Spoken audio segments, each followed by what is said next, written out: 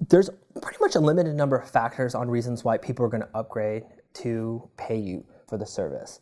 And so for us, we had multiple tiers or pressure points that we had set up in the plan. So it's going to be like, oh, for the earlier plans, it's like how many forms you're going to need.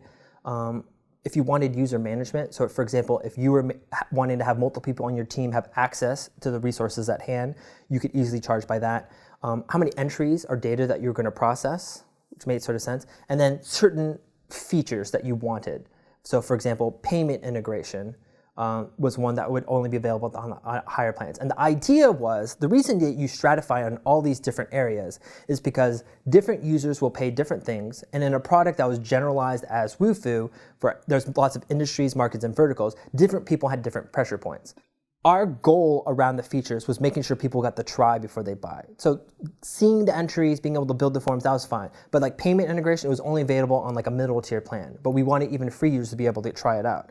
So we would figure out ways. We said like, okay, for 5 transactions, you can try it out for yourself to see what it's going to be like. Having your own custom theme or logo, people like cared very much about like, I want this to be part of my identity. And it was a big difference for Wufoo.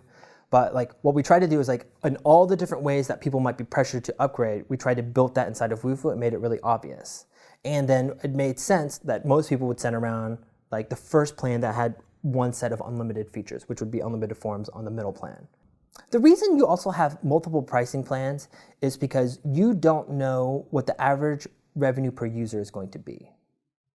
So if you could predict ahead of time that like, oh, the average revenue per user is going to be like, let's say $25, then you could just have one pricing plan. It's like, oh, it's free, and then it's going to be this, because that's about what it's going to be. And that makes things a lot simpler, right? But you don't know what that's ultimately going to be. So you have this grid. That's why people set it up to capture that cost. But some people, again, if you're going consumer versus going B2B, people have different price sensitivities. And so for us, we thought it was like, oh, there's going to be both consumer and B2B. And that was the case for us, but it heavily skewed that like most of our paying customers are all B2B. We had lots of people individually using the free plans.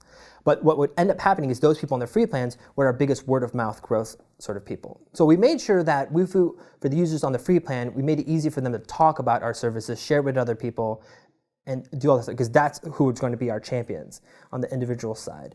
And then on the B2B side, it's usually like they're spending someone else's money, someone else's budget. So they're less price sensitive. All they care about is like, does this help me get things done? So a lot of the emphasis there is like, look, with one click, this is just going to work. With one click, you're going to install this template. With like 2 seconds, you're going to have this feature ready for you, and you don't have to worry about this anymore. So it's all about that convenience and saving of time, and just like, look, this is going to cost you nothing. And especially for people on the wanting payment integration, is like, this is going to pay for itself really, really quickly. And then showing that evidence of that.